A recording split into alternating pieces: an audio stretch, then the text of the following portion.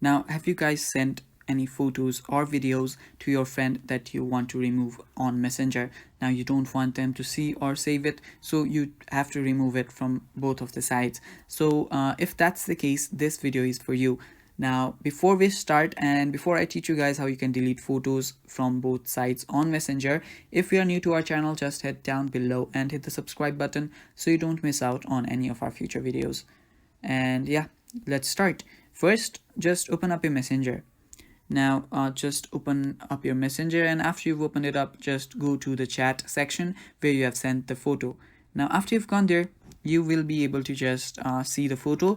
Now what you'll need to do is just long press on the photo, and after you do that, you will see the unsend option right there. Tap on unsend, and here you will see two options. One is to unsend for everyone, the second one is to unsend for you. Just tap on unsend for everyone, and after you do that, as you can see right there, now you have unsent the messages. Now here the photo will get removed on both of the sides, so your friend won't be able to see the photo too. So yeah, it's that simple, guys. That is how you can delete photos on Messenger from both sides, and that is all for the video. Thank you for watching. Stay tuned for more, and bye bye, take care.